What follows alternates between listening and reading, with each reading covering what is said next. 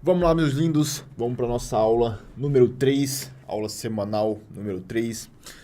Hoje a aula vai ter um tema assim, ele é complexo, tá? Então estejam de mente aberta aqui. Inclusive eu fiquei pensando se eu traria essa aula agora ou se eu esperaria um pouco mais para vocês terem um pouco mais de maturidade em relação ao conteúdo. Mas eu acho que essa aula ela é divisora de águas em muitos sentidos, porque se você tem isso daqui, você está um passo à frente de todo mundo. Você está um passo à frente. E se você não tem, infelizmente, você geralmente está preso, amarrado em inseguranças e etc. Então vamos lá. Bom dia para quem está assistindo de dia, boa tarde para quem está assistindo à tarde e boa noite para quem está assistindo à noite, ok? Vamos nessa. E preparem-se que vai ser pedrada atrás de pedrada. E se não fosse, vocês não estariam aqui. Vamos nessa. O poder da solitude e como utilizá-la. Utilizá-la para quê? Para viver em alta performance. Tá? Você precisa disso daqui para viver em alta performance. Não dá para viver em alta performance se você depende da aprovação alheia, se você depende de pessoas emocionalmente falando. Ok? Vamos nessa. Então existe uma grande diferença entre solitude e solidão. Tá? O que acontece? O que é solitude? Solitude é a capacidade de se sentir completo estando sozinho. Solidão é a incapacidade de se sentir completo. Não significa que você está sozinho, tá? Você pode ter solidão estando acompanhado de muitas pessoas. Como é o caso aí que eu trouxe para vocês daquele ator famoso Robin Williams. Quem que é aquele Robin Williams? É aquele cara que fez o Jumanji lá, aquele jogo do... Lembra que tem um jogo de tabuleiro, que o cara vinha da selva, tinha elefante, sei lá, não sei explicar mais como que é o filme. Mas enfim, tinha os elefantes, o menino, o cara veio da selva, o jogo puxava a galera pra dentro do jogo. Então, enfim, esse Robin Williams, tá? O cara que inclusive já faleceu. E ele falou o seguinte, ele falou assim... Durante a maior parte da minha vida, falou isso numa entrevista, ele falou, durante a maior parte da minha vida, eu estive cercado de pessoas, lembrando que o Robin Williams teve depressão, tá? Ele falou, eu estive cercado de pessoas e ao mesmo tempo eu me sentia completamente sozinho. Então perceba que solidão não significa estar sozinho, de fato, mas significa que você pode estar acompanhado de muitas pessoas e ainda assim se sentir incompleto. Não significa que você está sempre sozinho. Uma pessoa solitária não é uma pessoa que está sempre sozinha. Só que solitude na via de mão dupla, no contrário, indo na adversidade, tá? O que acontece? Quando você é uma pessoa que tem solitude, você é uma pessoa que, embora esteja sozinha, você se sente completo, como se estivesse acompanhado das melhores pessoas. E ainda que você esteja com as melhores pessoas, você não depende delas para se sentir completo, tá? Então isso é solitude. Entenda a diferença entre as duas. E aqui a gente já começa com uma pedrada. Quando você se preocupa muito em agradar outras pessoas, essa aí é uma receita para sua infelicidade. Sabe aquela pessoa que ela vive buscando aprovação alheia? Ela vive buscando agradar os outros, só que a única pessoa que ela não se preocupa em agradar é a si mesma. Ou seja, ela faz tudo pelos outros, ela vive pelos outros, ela só se importa com a opinião dos outros, mas para ela mesma não tem nenhuma preocupação. Ela vive de qualquer forma, ela não se importa com a própria vida, desde que as outras pessoas achem que ela está bem, tá? Então essa é a única preocupação dela. Então, agora é o momento de você fazer uma autocrítica consciente. Como assim uma autocrítica, cara? A palavra autocrítica é uma coisa que eu gosto muito, tá? Porque diferente das críticas alheias, que muitas vezes não tem utilidade nenhuma, uma autocrítica, você sabe exatamente o que você faz. As pessoas não sabem exatamente o que você faz, nem o que você está passando, mas você sabe. Então, uma autocrítica ela é muito mais eficiente do que uma crítica de uma outra pessoa que não vive a tua vida. É por isso que eu não dou eu não dou muita importância para críticas, tá? Eu dou muito mais importância para minhas próprias críticas, ou para críticas de pessoas que sabem exatamente o que eu estou passando. Então, uma autocrítica é você realmente pegar e analisar a tua vida e falar assim, porra, eu estou fazendo isso hoje? Existem coisas que eu só faço porque eu estou buscando aprovação alheia. Se você está fazendo isso, saiba que você está se autodestruindo e destruindo o teu próprio caminho para o sucesso. Não estou falando de sucesso financeiro. Entendo que sempre que eu falar sucesso aqui, eu não estou falando de sucesso financeiro, tá? Para mim não importa se você é bilionário, milionário ou se você tem pouco dinheiro na conta. O que importa para mim é que você vive em alta performance, que é aquilo que a gente sempre fala. Você ter uma vida feliz, ter um bom sono, você treinar todos os dias, você se sentir completo e realizado. Isso é o que mais importa, ok? Então, essa autocrítica consciente, eu quero que você se pergunte: quantas vezes eu já fiz ou estou fazendo coisas apenas para agradar outras pessoas? Coisas que não estão me agradando. Muitas vezes você faz uma coisa que você não gosta, simplesmente para agradar outras pessoas. Então, essa é a autocrítica que eu quero que você faça. Pare esse vídeo e faz essa autocrítica em 2, 3 minutinhos. Analisa isso, tá? Existe uma pressão social. O que é a pressão social? É aquela coisa que acontece, por exemplo, num bar. Cara, tá todo mundo bebendo aqui. Putz, eu não tô bebendo, tá todo mundo bebendo. Você começa a sentir aquela pressão, meu Deus, se eu não beber eu vou ser o estranho da festa, eu vou ser o freak da festa. Cara, tá tudo bem ser o estranho. É ótimo ser o estranho. É uma maravilha ser o estranho. A porra que tu não pode querer ser é o normalzão lá, que tá bebendo, caindo pelo chão, brigando lá. Tu tem que ser o estranho mesmo, tu tem que olhar com estranheza e falar assim, meu Deus, graças a Deus eu sou estranho. É esse o teu objetivo. Porque se você aceita ser o normal, você está naquilo que a gente chama de média baixa. Aquele cara que faz tudo para se encaixar nos padrões sociais. Aquela mulher que faz tudo para agradar as amiguinhas, tá? Então, saia dessa prisão, tá? Essa pressão social, você precisa aprender a lidar com ela. E você tem que entender o seguinte: primeiro de tudo, se você não sabe lidar com ela, não vaza aos ambientes que você vai ter essa pressão social. Por exemplo, se você não sabe controlar ainda essa necessidade de aprovação alheia, não vá a festas, porque se você for, você vai beber, simplesmente para agradar essas pessoas. Então, até o momento que você tiver esse autocontrole, você não vai poder frequentar esses lugares. Além disso, tem uma outra questão. O que as pessoas querem, quando elas te chamam... Porra, imagina o seguinte, tu tá treinando, tu tá se cuidando, tu tá bem pra caramba, e tu vai numa festa com os teus amigos. É óbvio que eles vão querer que tu beba. É óbvio, tá? Por quê? Porque a melhor coisa para eles é que você pare de treinar, que você saia do teu propósito. Por quê?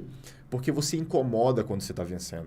Você incomoda pra caralho. Esse cara tá treinando todo dia, tá ganhando dinheiro, ele tá bem, ele tá feliz, a mulher dele tá satisfeita. É óbvio que eu quero chamar ele para beber. Por quê? Porque aí eu consigo atrasar um pouco a evolução dele. Ele já não vai me incomodar tanto. Então, o objetivo é todos presos em um barco furado, tá? Imagina o seguinte, você tá lá no seu barquinho, tá lá tranquilão no seu barquinho remando, tá fluindo bem, você quebra as ondas fácil, só que os teus antigos camaradas estão ali no barquinho furado, bebendo pra caralho, usando droga, vivendo hedonicamente.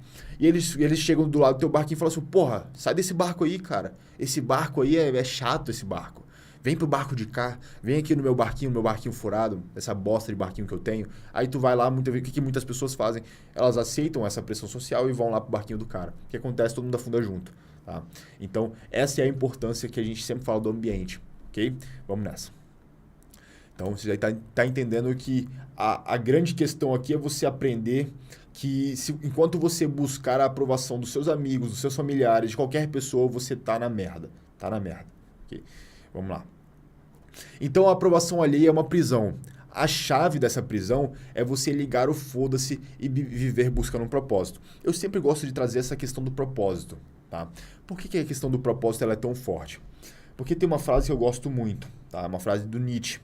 E ele fala o seguinte: quem tem um porquê, a gente já falou sobre essa frase inclusive aqui, quem tem um porquê pode aceitar qualquer como, pode resistir a qualquer como.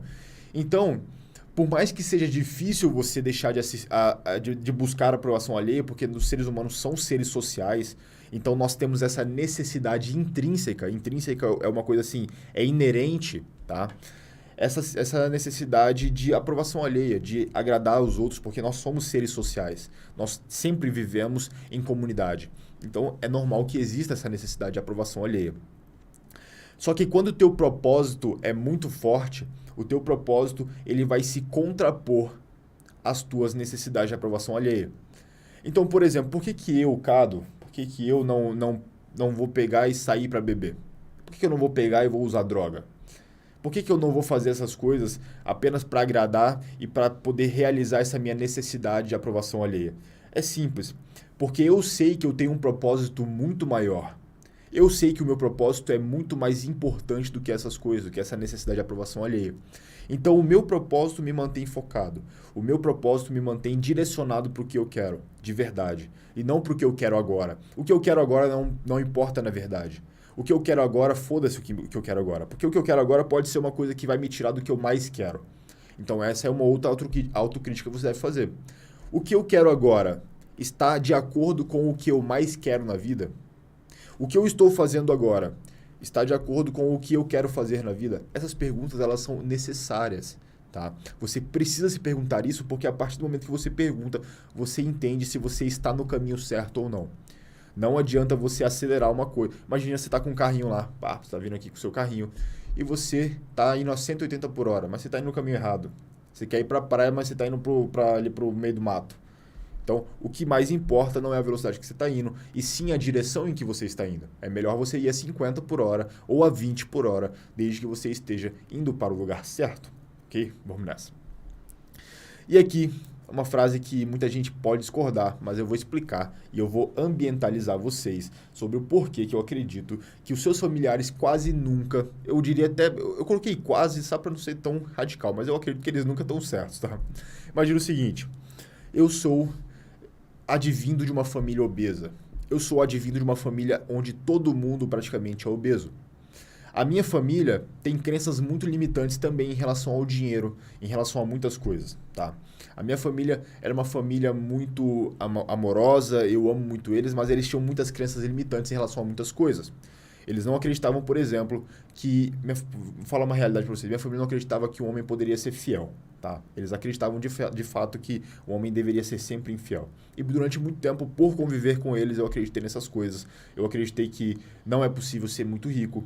Eu acreditei que não é possível você emagrecer, mesmo que se você tiver nascido em uma família gorda, como eu nasci, tá?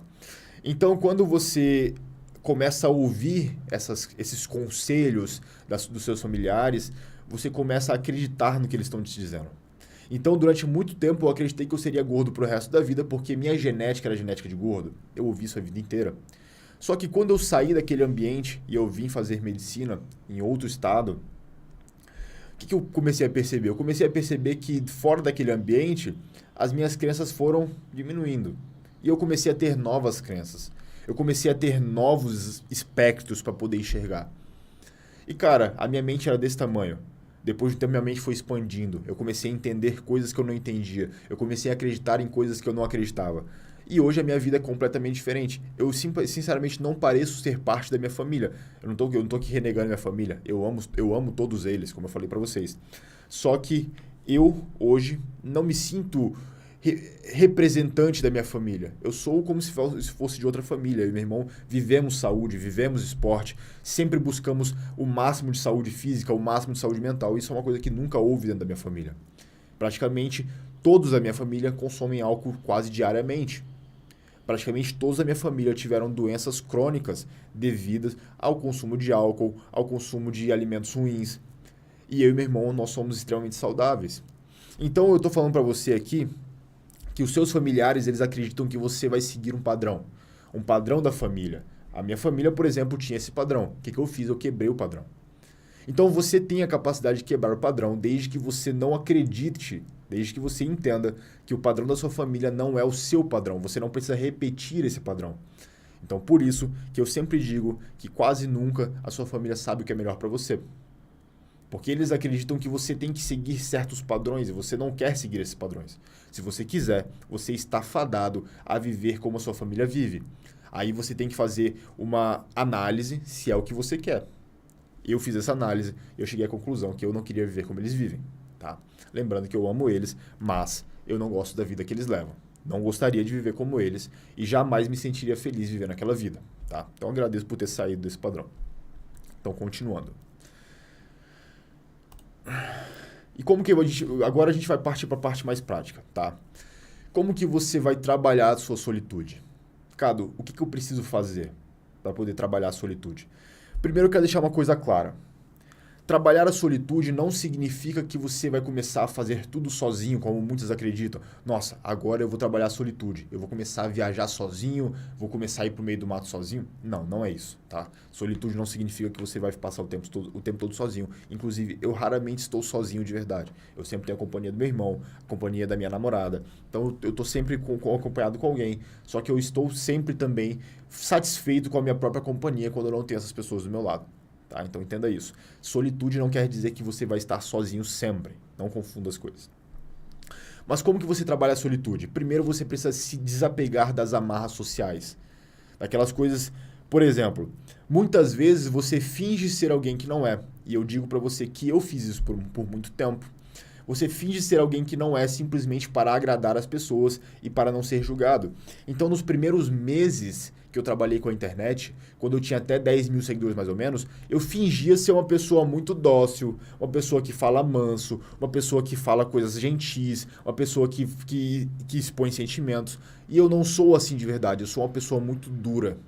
Eu sou uma pessoa muito enfática, eu sou uma pessoa muito direta. Então, durante muito tempo, eu fingia ser uma pessoa simplesmente para poder agradar todo mundo. E eu percebi o seguinte, o que eu percebi? Quando eu comecei a ser verdadeiro, eu comecei a agradar muito mais pessoas, incomodar muito mais também. Então, você ser verdadeiro é a melhor forma de você conseguir impactar pessoas. As pessoas sabem quando você é verdadeiro. Então, hoje eu falo o que eu quero. Eu falo palavrão, vocês sabem que eu sou cristão, tá? Mas eu falo palavrão, eu sou direto ao ponto, eu não gosto de ficar fazendo um rodeiozinho. Então esse é meu jeito e hoje eu sou a verdade aqui no meu Instagram, aqui na comunidade, em qualquer lugar que eu esteja. Por quê? Porque se você ficar fazendo tudo buscando aprovar os outros, você acaba caindo naquela merda de você de você agradar os outros e não agradar a si mesmo. Mudar a tua essência para poder agradar outras pessoas. Você entende a complexidade disso, o erro que isso comete na tua vida, o erro que isso vai... Quais impactos isso vai trazer na tua vida? Principalmente porque você vai ter que viver para sempre no mesmo personagem. Tem pessoas que vivem personagens pro resto da vida porque elas simplesmente não conseguem sair do personagem que elas criaram. Tá? Então entenda isso. Então, aqui a gente resumindo o que eu falei, você usar máscaras sociais mata a tua singularidade. Então concorda comigo no seguinte, eu tenho a minha singularidade, eu falo de uma certa forma, eu ajo de uma certa forma. Se eu ainda estivesse lá naquele início tentando ser gentil com todo mundo, eu teria perdido a minha singularidade e provavelmente eu não teria nem um décimo da relevância que eu tenho hoje. Nem um décimo do impacto que eu tenho hoje, porque as pessoas não sentiriam verdade em mim. Hoje as pessoas sentem verdade em mim. Tá?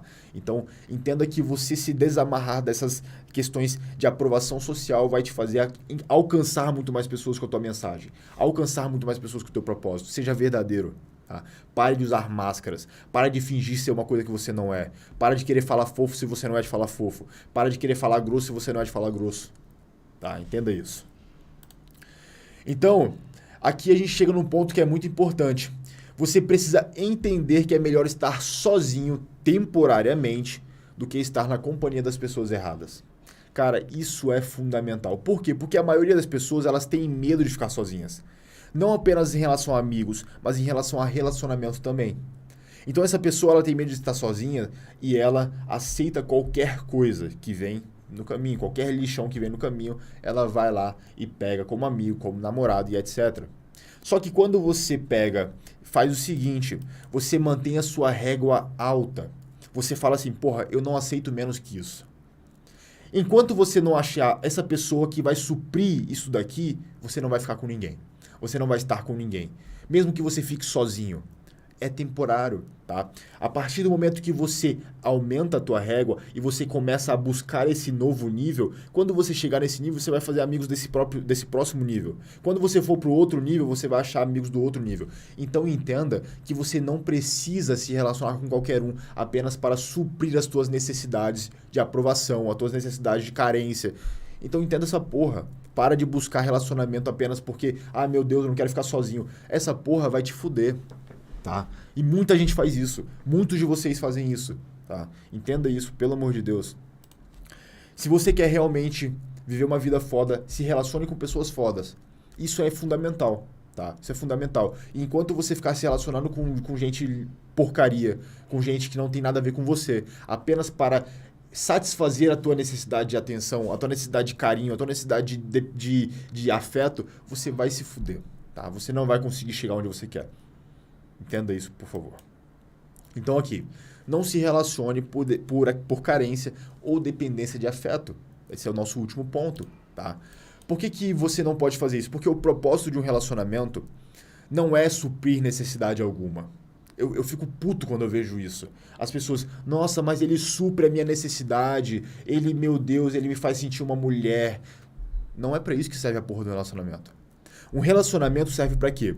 Duas pessoas que amam a si mesmas, elas se juntam e começam a se amar mutuamente. Mas entenda que antes elas precisam amar a si mesmas. Se você não ama a si mesma e você ama outra pessoa, você ama mais essa pessoa do que a si mesma. E a partir desse momento você aceita qualquer merda que vier pela frente. Não é à toa que a gente vê hoje relacionamento onde um tá dando pra... a mulher tá dando pra outros caras e o cara tá aceitando. Ou o cara tá comendo outras mulheres e a mulher tá aceitando. Essa porra é completamente disfuncional. Se você não se ama em primeiro lugar, você aceita qualquer coisa. Se você se ama em primeiro lugar, você não aceita isso. Porque a partir do momento que a pessoa te desrespeita, tu vai embora. Tu deixa essa pessoa. Por quê? Porque, porra, a tua prioridade na tua vida é você, porra. Entenda isso, pelo amor de Deus. Enquanto você ficar aceitando migalha dos outros, enquanto você ficar aceitando desrespeito dos outros, a tua vida vai ser uma merda. Porque você não se ama em primeiro lugar.